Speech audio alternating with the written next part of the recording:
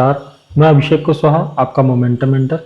चलिए आज की भी वीकेंड एनालिसिस को शुरू करते हैं और स्क्रीन पे देखते हैं कि इस वीक मार्केट कैसा चल रहा था और यहाँ से क्या प्रोबेबिलिटी है आगे मार्केट के चलने की। एज यूजुअल सबसे पहला चार्ट जैसा हमारा स्क्रीन पे हमेशा ही रहता है निफ्टी का, क्योंकि मार्केट को यही सिम्बलाइज करता है। तो यदि इस चार्ट में देखा जाए तो ये वीक भी बहुत ही वॉलेटाइल था। देखिए निफ्टी ने एक डाउन साइड का अच्छा खासा डाउन साइड का मूव दिया था। लगभग हाई था 26,178 का और लो था 25,700 693, लगभग 700 का। अच्छा खासा लगभग 500 पॉइंट के आसपास का मूव था, 450-500 पॉइंट का मूव था। और इसमें ओवरऑल में एक हैमर कैंडल बन करके फॉर्म हुई है। थोड़ा बैकग्राउंड नॉइज है, एडजस्ट करिएगा। और यहाँ पे एक अच्छा खासा वोलेटाइल वीक, ठीक है। ना ही वो प्रॉपर तरीके से मार्केट गिर पा रहा था, ना ही 26,200 के ऊपर क्लोजिंग दे पाया। एक मतलब काफी टफ वीक था। यदि देखा जाए तो नीचे से सभी इंडेक्स में एक रिकवरी देखने को मिली है। एक रीजन ये भी हो सकता है कि ये एक सपोर्ट लेवल था लगभग 25,650 के आसपास, 650 से 25,700 के आसपास एक सपोर्ट लेवल था।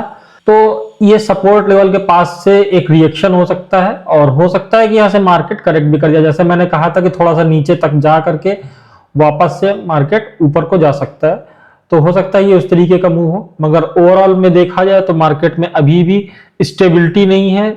मार्केट दो खेमों में बटा हुआ है, जैसा मैंने पिछले वीकेंड एनालिसिस में भी बोला था। स्मॉल कैप और माइक्रो कैप अलग तरीके से चल रहे हैं और मिड कैप और बैंक निफ्टी के सपोर्ट से निफ्टी अलग दिशा में चल रहा है। तो अभी मेरा ऐसा कोई व्यू नहीं चेंज हुआ है। हाँ, वॉलेटाइल मार्केट है, बहुत ज्यादा संभल करके ट्रेड करना है इस ड्यूरेशन में और अपनी पोजीशंस को स्विच करने का समय है। जब भी देखिए मार्केट में पैसा तब बनता है जब आप रिजिड होकर के ट्रेड नहीं करते हैं कि नहीं मेरी पोजीशन तो बनी है, मैं कट नहीं करूंगा, ओवरऑल मार्केट बाद में कभी ना कभी सही हो जाएगा। इससे क्या होगा, आप एक लॉन्ग टर्म में यदि आप अपने उसको देखेंगे, अपने पोर्टफोलियो को देखेंगे, तो आपको कोई खास ओवरऑल गेन नहीं होगा। तो रिजिड होकर ट्रेड नहीं करना है, किसी एक भावना को लेकर के ट्रेड नहीं करना है। आपको मार्केट के अकॉर्डिंग अपने आप को शिफ्ट करना है, मार्केट के हिसाब से ट्रेड करना है, मार्केट के हिसाब से ही अपनी पोजीशनिंग को ढूंढना है, कहां पे हमारी पोजीशन होनी चाहिए, कहां से हमें अपनी पोजीशंस को कट करना है। और इस तरीके से जब आप मार्केट के हिसाब से ट्रेड करना शुरू करते हैं तभी आपकी पोर्टफोलियो को डैमेज नहीं होता है या फिर आपका पोर्टफोलियो ओवरऑल में प्लस में रहता है, ठीक है। तो अभी मार्केट क्या कह रहा है, अभी मार्केट कह रहा है कि मिड कैप और लार्ज कैप में एक मूव है। अब क्योंकि मैं एक मोमेंटम ट्रेडर हूं, मैं सजेस्ट भी करता हूं मोमेंटम ट्रेडिंग करना, तो हमें क्या करना है, जैसा हम लोग स्मॉल कैप में 20, 30, 40, 50%, 60% तक के मूव के लिए जाते थे, हमें स्मॉल कैप और मिड कैप में मैक्स टू मैक्स 15%, 20% तक के मूव के लिए जाना है। 10 to 20, 25% तक के मूव के लिए देखना है। इससे बड़ा मूव हमें उससे बड़े मूव के लिए हमें माइंडसेट नहीं करना चाहिए। चलिए चार्ट्स में देखते हैं, जो मैं कह रहा हूं वो बात कहां तक लॉजिकल है। निफ्टी का चार्ट हमने देख लिया। एक अच्छा वोलेटाइल वीक था, लगातार 3 से 4 वीक हो गया है, स्ट्रगल कर रहा है मार्केट 26,200 के 300 के ऊपर जाने का। लास्ट वीक इसने ऊपर हाई भी बनाया था 26,200 के, मगर फिर वहां से एक बिकवाली आई थी। लगातार 2 वीक से गैप डाउन ओपनिंग हो रही है, मार्केट नीचे जा रहा है, फिर वहां से रिकवरी आ रही है। तो ओवरऑल में मार्केट गिर नहीं रहा है मगर ऊपर भी नहीं जा पा रहा है, कहीं ना कहीं नीचे साइड से बाइंग आ रही है, सपोर्ट मिल रहा है। मगर ये बाइंग और सपोर्ट ओवरऑल ब्रॉड मार्केट में नहीं है, ये सिर्फ और सिर्फ लार्ज कैप और मिड कैप में है। स्मॉल कैप और माइक्रो कैप अभी भी स्ट्रगल कर रहा है। हाँ, जिन माइक्रो कैप और स्मॉल कैप कंपनीज में अच्छी खासी सेलिंग हो गई थी, वहां पे कहीं ना कहीं छोटी सी बाइंग आ रही है। वो बाइंग आने का रीजन भी है क्योंकि वैल्यू जनरेट हो गया उन स्टॉक्स में और वो अच्छे स्टॉक्स में ही वैल्यू जनरेट हुआ है, तो वहां पे से थोड़ी बहुत बाइंग आई है, या फिर आप कह लो कि जिनको वहां पे लग रहा है वो लेवल सही हो गया तो वहां पे बाइंग कर रहे हैं। तो चलिए अब यहां से देखते हैं नेक्स्ट हमारा जो सेगमेंट है बैंक निफ्टी, वो कैसा कर रहा है। और ये रहा बैंक निफ्टी का चार्ट। देखिए बैंक निफ्टी का चार्ट मार्केट में इस वक्त सबसे ज्यादा स्ट्रांग है। आप ओवरऑल में देखिए, हाँ पिछले 2 वीक में इसमें भी सेम हुआ था जैसे निफ्टी में, गैप डाउन ओपनिंग हो रही थी और रिकवरी होने की कोशिश हो रही थी, इसलिए लास्ट की 2 कैंडल वाइट दिख रही है, क्योंकि गैप डाउन ओपनिंग हुई है और क्लोजिंग ऊपर हुई है, ओपनिंग प्राइस से ऊपर की क्लोजिंग हुई, इसलिए व्हाइट कैंडल्स दिख रही है लास्ट की 2। मगर सेंटिमेंट फिर भी बैंक निफ्टी में पॉजिटिव है, कंपैरेटिव इवन निफ्टी से भी यूं कहिए कि आप बेटर चार्ट है इसका। ठीक है, तो निफ्टी को सपोर्ट कर रहा है ये चार्ट, और मिड कैप का यदि आप चार्ट देखेंगे तो उसमें भी ऐसा कोई खास वीकनेस नहीं है। हाँ, वो वीकनेस जो निफ्टी में दिख रही थी वही गिरावट यहाँ भी आई है, सपोर्ट लेवल के पास इसने भी यहाँ पे सपोर्ट लिया और बाइंग आई है। ठीक है, तो ओवरऑल जो लास्ट 2 वीक में वीकनेस दिख रही थी, वो वीकनेस कहीं ना कहीं किसी ना किसी सपोर्ट लेवल के पास से वहां पर बाइंग जनरेट हुई है।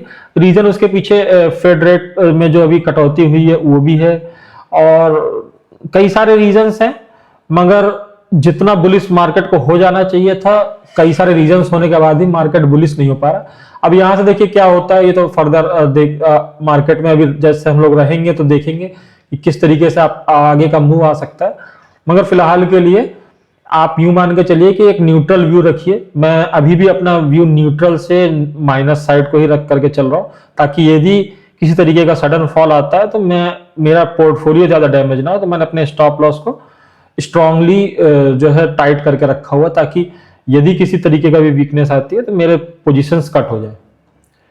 तो आपने देखा कि मार्केट में आपका बैंक निफ्टी और मिड कैप में वीकनेस के बाद भी थोड़ी सी वीकनेस आई है और वहां से सपोर्ट पाया है, और इसकी वजह से आपका निफ्टी में भी जो रिकवरी आई है ये बैंक निफ्टी और मिड कैप की वजह से ही आई है।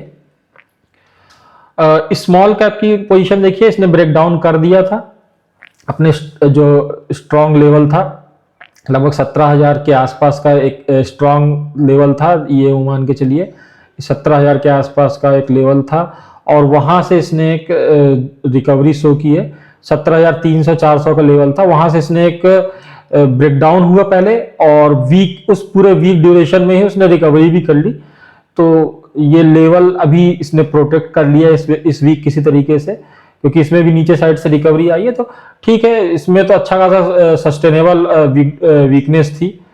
आप यदि देखिए स्मॉल कैप में, और स्मॉल कैप में ब्रेकडाउन भी हुआ था, मगर अभी जैसा मैंने बताया रिकवरी हुई है। मगर इसमें हम कब मान सकते हैं कि स्मॉल कैप और मिड कैप में एक ब्रॉड वे में जो है अपसाइड मूव देखने को मिलेगा। पहले मिड कैप माइक्रो कैप का भी हम चार्ट देख लेते हैं। ये स्मॉल कैप का चार्ट था, माइक्रो कैप भी ऐसे ही वीक है जैसा मैंने बोला था। ये आपका माइक्रो कैप का है, इसमें तो ब्रेकडाउन हो भी गया था, लास्ट वीक ही हो गया था, और इस वीक भी इसने लोअर लेवल से एक रिकवरी शो की है, जो कि एक सपोर्ट लेवल भी था। ये सपोर्ट लेवल था आपका, मैं मार्क कर रहा हूं, ये सपोर्ट लेवल था इसका, यहाँ पे से और यहाँ से 2 जगह से इसने सपोर्ट पाया था। तो ये सपोर्ट लेवल के पास से इसने रिकवरी भी शो की है।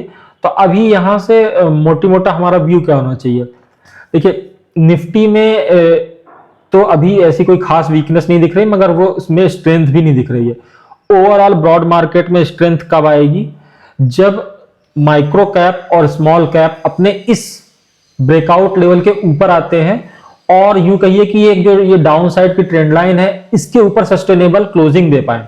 ये मैंने जो ऑरेंज कलर से ये ऑरेंज कलर का वो सपोर्ट लेवल था जिसको ब्रेक किया था इसने, और ये जो ट्रेंड लाइन है, ये जो आपको येलो कलर की ट्रेंड लाइन दिख रही है, जब इसके ऊपर सस्टेनेबल क्लोजिंग दे पाएगा माइक्रो कैप इंडेक्स और स्मॉल कैप इंडेक्स भी, दोनों ही इंडेक्स को अपने सपोर्ट लेवल के भी ऊपर, और देखिए ये आपका स्मॉल कैप का इंडेक्स है, और देखिए इसमें भी सेम ऐसी ट्रेंड लाइन बनी हुई है, एक डाउन साइड की ट्रेंड लाइन है। इसको और बेटर तरीके से मार्क करते हैं, ये आपका ठीक है, ये ट्रेंड लाइन है इसकी, डाउन साइड की ट्रेंड लाइन है। इसके ऊपर जैसे ये सस्टेनेबल क्लोजिंग दे पाए तो फिर आपको एक ब्रॉड मार्केट में जो मोमेंटम आना चाहिए वो फिर आपको आता हुआ दिखेगा। और यदि इस सपोर्ट लेवल के नीचे क्लोजिंग दे देता है, चाहे वो स्मॉल कैप हो माइक्रो कैप हो, तो आपको मार्केट में फिर से वापस वीकनेस दिखाई देगी, या फिर जिस तरीके का वोलेटाइल मूव था मार्केट में उस तरीके का वोलेटाइल मूव आपको वापस से दिखाई देने लगेगा। मगर यदि सपोर्ट लेवल के ऊपर की क्लोजिंग सस्टेन करता है नेक्स्ट वीक और किसी तरीके से ये जैसे इस ट्रेंड लाइन को ब्रेकआउट करेगा, तो आपको upside move overall broad market में जो अपसाइड मूव आना चाहिए होना चाहिए वो आपको दिखाई देने लगेगा, और फिर आप बुलिश होकर के हर एक सेगमेंट में आप ट्रेड कर सकते हैं। ठीक है, अब इसके बाद हमको चार्ट देखना चाहिए इमर्जिंग मार्केट का। तो इमर्जिंग मार्केट देखिए, इसमें भी ऐसा कोई डिसीजिव अपसाइड मूव नहीं आ रहा है, ये भी अपने एक लेवल के आसपास रुका हुआ है। ठीक है, तो इमर्जिंग मार्केट का चार्ट भी कुछ खास नहीं बता पा रहा है।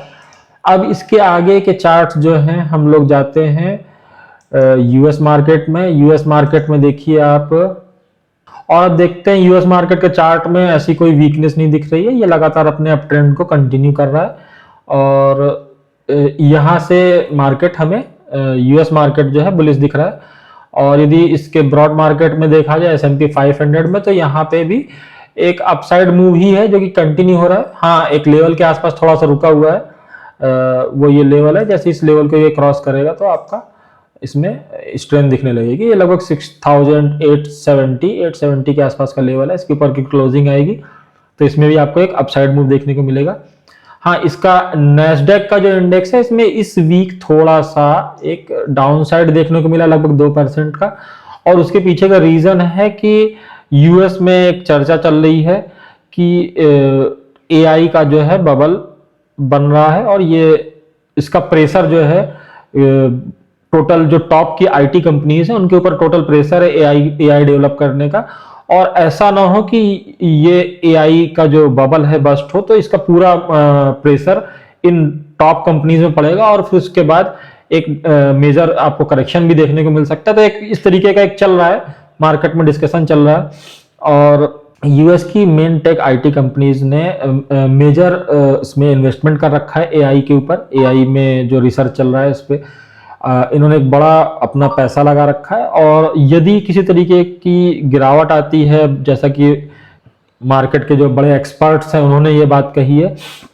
तो यदि किसी तरीके का बबल बस्ट होता है तो इनके ऊपर काफी बड़ा प्रेशर पड़ेगा और एक अच्छा मेजर करेक्शन भी आपको यूएस मार्केट के, खासतौर से जो मैग्निफिसेंट 7 जो कंपनीज कही जाती हैं, यदि उनमें फिर बड़ा मार्जिन प्रेशर पड़ेगा और एक मेजर करेक्शन भी आपको देखने को मिल सकता है, क्योंकि मेन कहिए यूएस मार्केट की जो मेन स्तंभ हैं वही कंपनीज हैं। तो देखते हैं फर्दर ये भी कैसे आगे करता है और अभी चलिए देखते हैं इंडिया विक्स का चार्ट क्यों आज मैं आपके सामने रख रहा हूं, इसके पीछे का मैं एक रीजन आपको दिखाता हूं। इंडिया विक्स अपने उस लेवल के पास है जिस लेवल के आसपास ये पहले 2019 के एंड में था, ठीक है, और उसके बाद ये वो लेवल है जहां पे आने के बाद ज्यादातर मार्केट बुलिश रहता है। आप यदि निफ्टी के साथ इसको कंपैरिजन में करके देखेंगे, क्योंकि देखिए ये लगभग 9 और 9.5 से 10 का लेवल है, और इस लेवल के पास ज्यादातर इंडिया विक्स बना रहता है। जब तक इंडिया विक्स इस लेवल के आसपास रहता है, मार्केट में ठीक ठाक मोमेंटम डेवलप रहता है, तो इंडिया विक्स भी अपने उस लोअर लेवल के पास है जहां पे से मोमेंटम डेवलप होना चाहिए। उसके बाद भी मार्केट जो है भाग नहीं पा रहा। यदि यहां से ये इंडिया विक्स की मतलब वॉलेटिलिटी इंडेक्स ऊपर चढ़ना शुरू करता है, तब मार्केट में एक गिरावट आपको देखने को मिल सकती है। तो इस पे भी एक नजर बना के रखिए। यदि आप इसको निफ्टी के साथ कंपैरिजन करके देखेंगे तो आपको बेटर एक व्यू मिलेगा। मैं दिखाता हूं आपको, ताकि आप इस पे भी इस तरीके से अपना एक देखने का एक नजरिया आप अपना बदलिए। मैं दिखाता हूं, देखिए खासतौर से इसको तब इसके हिसाब से देखते हैं जब ये कोविड का फॉल आया था। देखिए उस टाइम पे जब वॉलेटिलिटी इंडेक्स लगभग इसी लेवल के आसपास से 9.5 9.3 के आसपास से ये बढ़ करके इसने हाई बना लिया था लगभग 86 का, और उस ड्यूरेशन में निफ्टी में क्या हुआ था, निफ्टी में एक मेजर करेक्शन आया था जो कि लगभग 12,300 12,000 के लेवल से लगभग 8,000 के लेवल तक का करेक्शन आया था। और उसके बाद जैसे ही ये वॉलेटिलिटी कूल डाउन होने लगी, मार्केट में एक मेजर अपसाइड रैली मिली, जो कि हमको 8,000 से लगभग 7,000 के आसपास तक की 17,000 के आसपास तक की 18,000 के आसपास तक की रैली दिखी थी 10,000 पॉइंट की, और एक बड़ी रैली थी ये। उसके बाद जैसे ही ये फिर से थोड़ा सा बढ़ा तो उस टाइम पे देखिए मार्केट कुछ खास नहीं किया। मार्केट ने लगभग अक्टूबर 2021 से लेकर के नवंबर 2022 तक इसने लगभग उसी लेवल के आसपास मूव करता रहा, क्योंकि इस ड्यूरेशन में वॉलेटिलिटी मार्केट में अप डाउन हो रही थी और पहले बढ़ी, फिर उसके बाद धीमे धीमे डाउन होने शुरू हुई। और जितने ड्यूरेशन में ये इस लेवल के आसपास थी, लगभग 9.5 से 11, 12, 13, 14 के आसपास इस रेंज में जब तक रही है, 9.5 से 14 के रेंज में जब तक भी रही है, मार्केट लगातार चल रहा था। और इस टाइम पे फिर से ये कूल डाउन देखने को मिला है इसमें। और अभी यदि ये कूल डाउन आया है तो ये बहुत ज्यादा पॉसिबिलिटी, जब भी करेक्ट करता है यहां तक वोलेटिलिटी इंडेक्स, तो इसमें एक फिर से अपसाइड मूव देखने को मिलता है। तो एक्सपेक्टेड है कि यहां से वोलेटिलिटी वापस से बढ़ेगी, तो थोड़ा सा मार्केट करेक्ट हो सकता है, जैसा कि मैं एक्सपेक्ट कर रहा था। ये मेरा व्यू है, मैं अपना व्यू हमेशा आप लोगों के साथ क्लियर करना चाहता हूं, ताकि आप भी सोचना शुरू करें और ब्रॉडली मार्केट को देख पाए। मे भी मैं गलत हो सकता हूं, मगर ये लेवल जरूर याद रखिएगा, 9.3, 9.5 के आसपास का ये लेवल है। ये इसका मिनिमम लेवल है, जिसके नीचे जनरली नहीं जाता है। आप उठा के कहीं पे भी देख लीजिए, ये देखिए 2017-18 तक मैंने देख लिया, कहीं पे भी इसके नीचे नहीं गया है ये, राइट। देखिए 2015 का लेवल, फिर उसके बाद किसी भी जगह पे आप देखिए इसके नीचे की क्लोजिंग कभी भी इसमें वीकली बेसिस पे नहीं आई है। वीकली चार्ट में देख रहा हूं, वीकली बेसिस पे कभी इसके नीचे क्लोजिंग नहीं आई है 9.5, 9.3 से। तो यही है कि जब भी यहां तक आता है तो थोड़ा सा एक इसमें वोलेटिलिटी बढ़ने की संभावना बढ़ जाती है।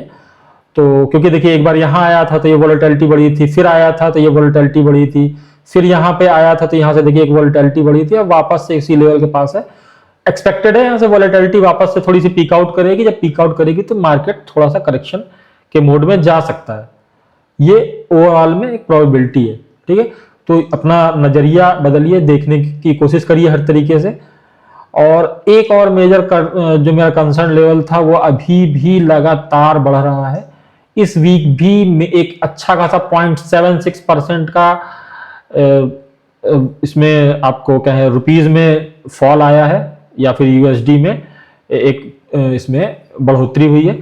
तो ये भी एक अपने आप में कंसर्न है, बहुत बड़ा चिंता की वजह है, मार्केट को नहीं चलने दे रहा है। और ये लगातार बढ़ क्यों रहा है? आपने कभी इसको नोटिस किया है कि यूएसडी लगातार बढ़ रही है और आईएनआर लगातार वीक हो रहा है?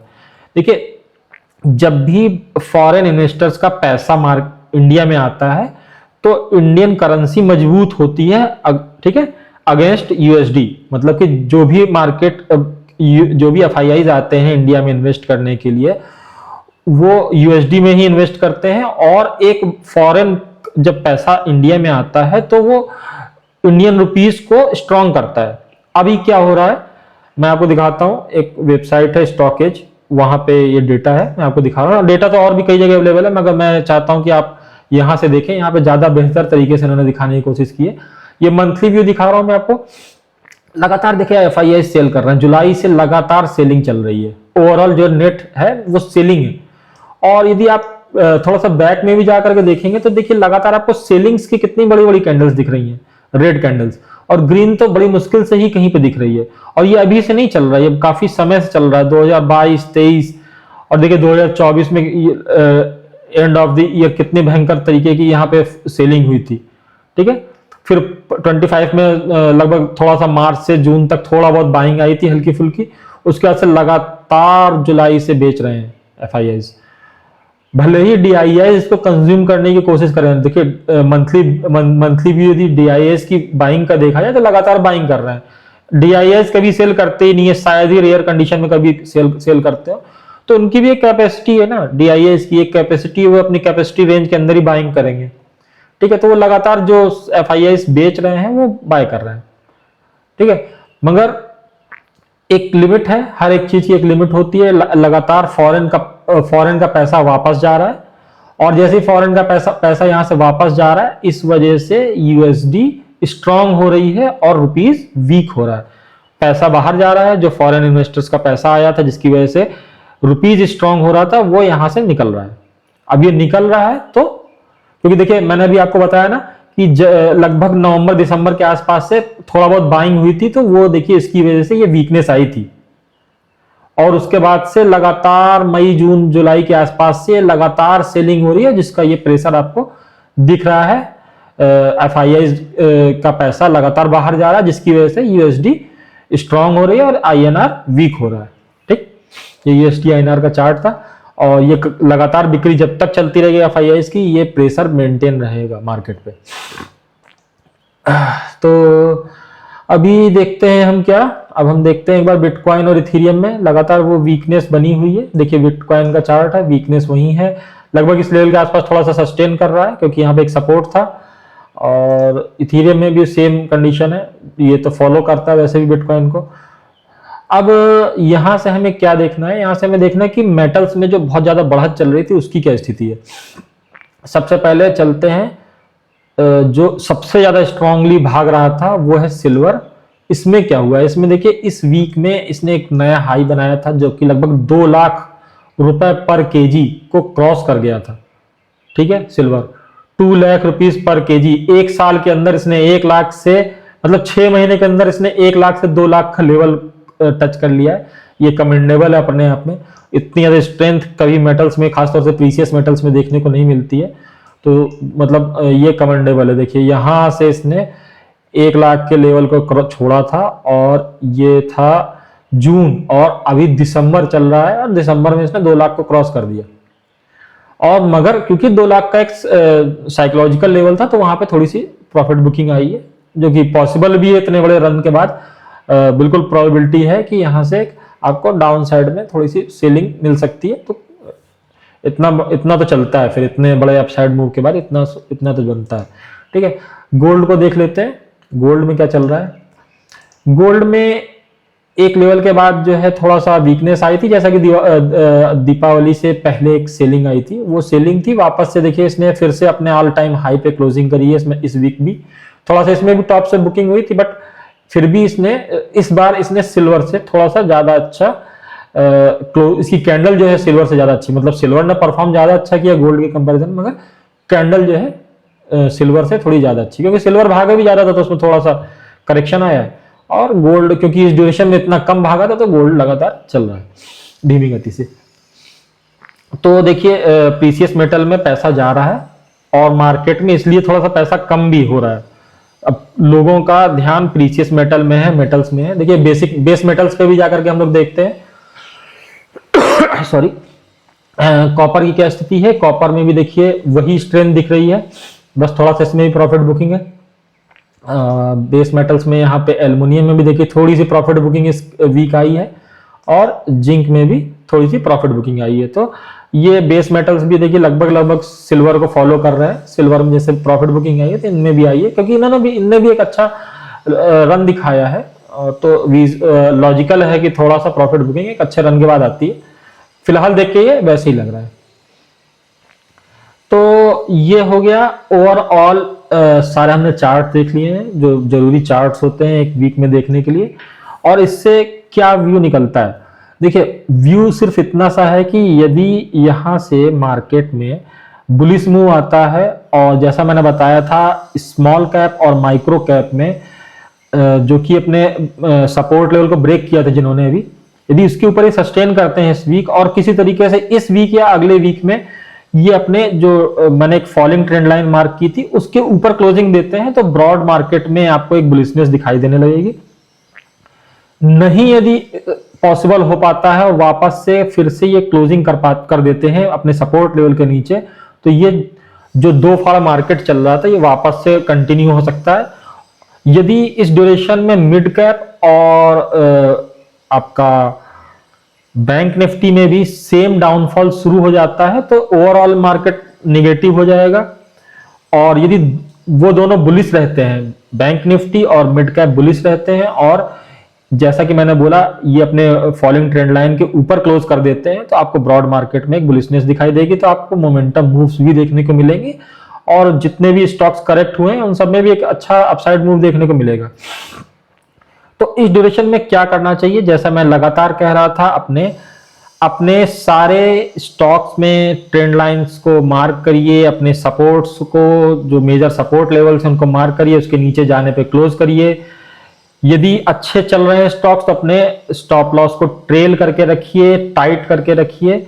जैसे ही वो हिट होता है तो उनसे प्रेम मत करिए, ठीक है, क्योंकि हमेशा बायस होकर के ट्रेडिंग करना आपके लिए नुकसान, आपके पोर्टफोलियो के लिए नुकसानदायक होता है, आपके लिए नुकसानदायक हो सकता है। तो बायस ट्रेडिंग मत करिए।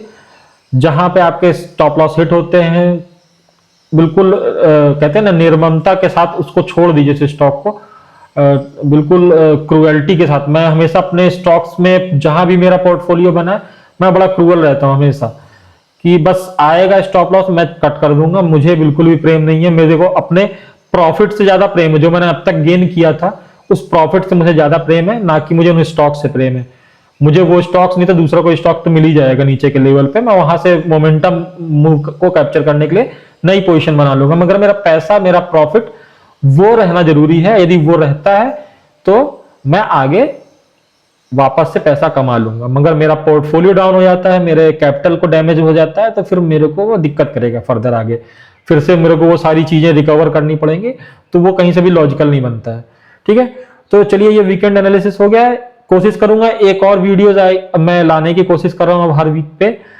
मेरा FNO से रिलेटेड एक सेटअप है, उस सेटअप के बेस पे मैं कोशिश करूंगा कि डेरिवेटिव्स पे भी मैं जो पोजीशंस मुझे अच्छी लग रही हैं मैं उनके बारे में आपसे डिस्कशन करूं। तो एक छोटी सी वीडियो मैं वो भी लाने की कोशिश करूंगा हर वीकेंड पे। मे बी सैटरडे आएगा, संडे आएगा, वो मैंने अभी डिसाइड नहीं किया है। तो एक कोशिश रहेगी कि आपको एक डेरिवेटिव पे भी एक अपना व्यू दे पाऊं, कैसे चार्ट चल रहे हैं, कौन से अच्छे लग रहे हैं, कौन से मेरे सेटअप के अकॉर्डिंग अच्छे हैं, मैं अपने सेटअप के अकॉर्डिंग कैसे पोजीशन लेता हूं, कहां पे मैं कट कर देता हूं, कहां पे मैं होल्ड करता हूं, वो सारी डिस्कशन करेंगे इस वीडियो में। तो इस वीडियो को देखने के लिए थैंक यू। अपना व्यू जैसा मैंने कहा वैसा बनाने की कोशिश करिए, अपने स्टॉप लॉस के साथ रहिए और अपने पोर्टफोलियो को सुरक्षित रखिए, खुद को सुरक्षित रखिए, अपने परिवार का ध्यान रखिए। और मैं यहाँ पे इस वीडियो को क्लोज कर रहा हूँ। Thank you.